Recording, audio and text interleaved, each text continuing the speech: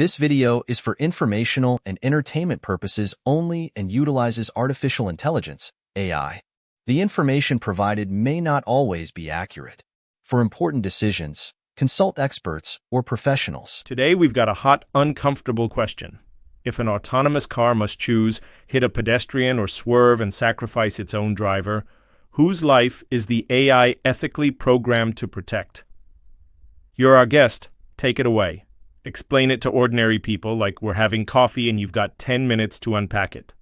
Great question. And it's one of those thought experiments that sounds simple until you start pulling on the threads. Short answer up front. There isn't a single universal ethical rule that every self-driving car follows. Different people, engineers, companies, regulators, and society, bring different values to the table. What I want to do is walk through why that's the case, what the main ethical options are, how real-world practice tends to handle this, and what it means for regular people. Start with an image. You're driving. A child suddenly runs into the street. Your car can either stay its course and likely hit the child, or swerve and hit a tree, probably killing you. Replace you with an autonomous system. The ethical puzzle is the same. Philosophers call this the modern trolley problem. It forces us to ask, who do we program the machine to save when we can't save everyone? There are three broad ways people think about this. 1. Utilitarian approach, minimize total harm. This is the greatest good for the greatest number logic. The car would calculate which choice leads to fewer expected fatalities or injuries and pick that. If the data suggests sacrificing the driver would spare, say, 3 pedestrians, a utilitarian program might choose to swerve. It's attractive because it seems objective. Count lives or expected harm, choose the smaller number. But the utilitarian view runs into hard problems in practice. How do you count lives? Do you factor age, health, or social role? That becomes controversial fast. Also, if people know cars might sacrifice their owners, will that discourage adoption or lead to people buying self-protecting models? There are fairness and trust consequences. 2. Deontological approach. Follow rules, rights. Do not intentionally harm. This view says some actions are forbidden even if they could reduce overall harm. For example, a rule could be, do not intentionally swerve to kill the driver. The car's programming would prioritize protecting its occupant because it has a duty to the person who purchased and is using the vehicle. This feels intuitive to many. When you buy a product, you expect it to protect you. But pure rules can be blunt instruments. If the only rule is protect the driver at all costs, pedestrians could be systematically put at risk, which raises moral and legal issues and could reinforce unfair outcomes, e.g., certain groups more exposed than others due to infrastructure. 3. Prioritization by relationships, roles, vulnerability. Some proposals suggest prioritizing based on vulnerability, children over adults, or roles, a single pedestrian versus multiple pedestrians, or even randomization in cases where choices are morally equal. That sounds reasonable but quickly becomes complex. What counts as vulnerable in real-time sensor data? How do you avoid biased outcomes? So we have competing moral frameworks. Which one wins? In practice, several other forces shape the answer.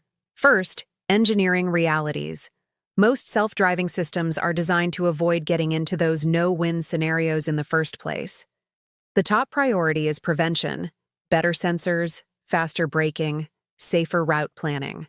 When an unavoidable crash does occur, the system tends to choose maneuvers that minimize immediate physical harm based on physics models, speed reduction, angle of impact, where airbags and crumple zones will help, rather than making a conscious moral calculus like sacrifice driver versus hit pedestrian.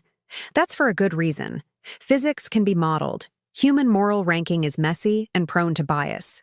Second, legal and regulatory constraints.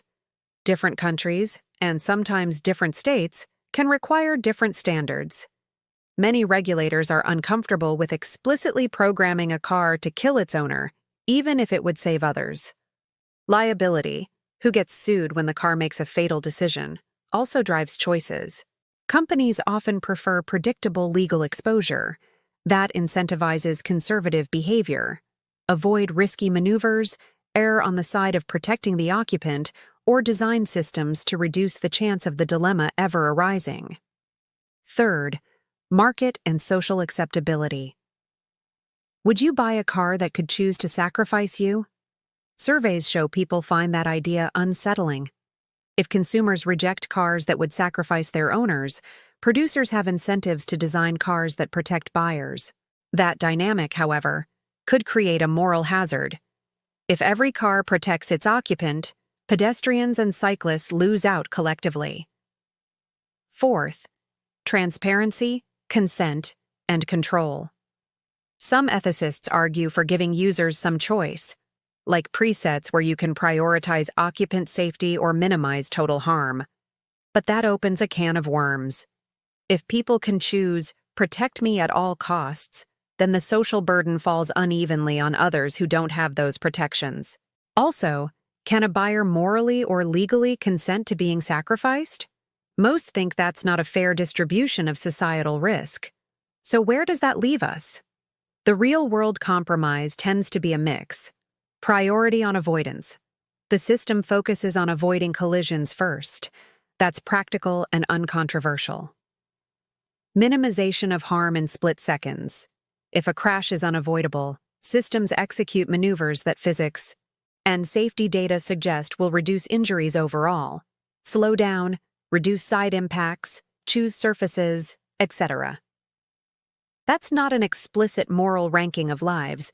It's harm minimization grounded in biomechanics.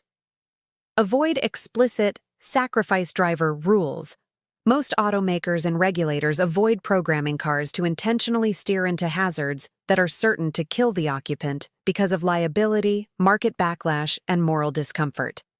Instead, they aim to design systems and policies that reduce the chance of impossible choices. There are also broader structural steps society can take. 1. Set shared rules democratically. These are tough moral trade-offs and should not be decided solely by engineers or corporations. Public debate, regulation, and transparent testing standards are essential. 2. Improve infrastructure. Better crosswalks, dedicated lanes for micromobility, and smarter city design reduce the scenarios where a car faces the impossible choice. 3. Transparent labeling and standards. People should know how a system behaves in edge cases and what data it uses to decide. Independent testing and safety certifications help build trust. 4.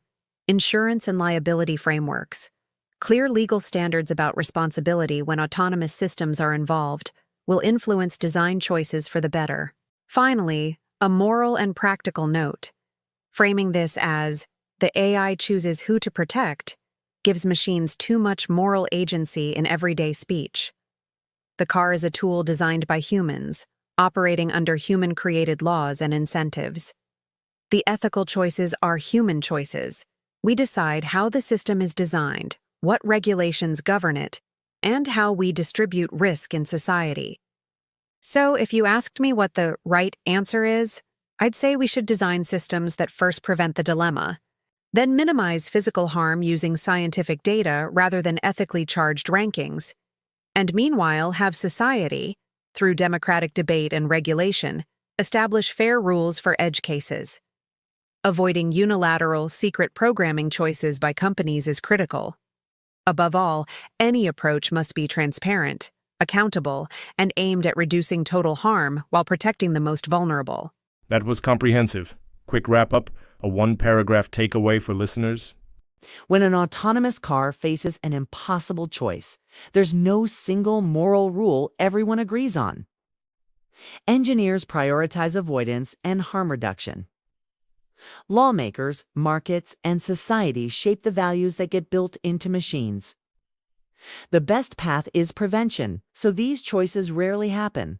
Transparent rules set through public debate. And safety-first design that minimizes harm for everyone, not secret algorithms that decide who lives or dies.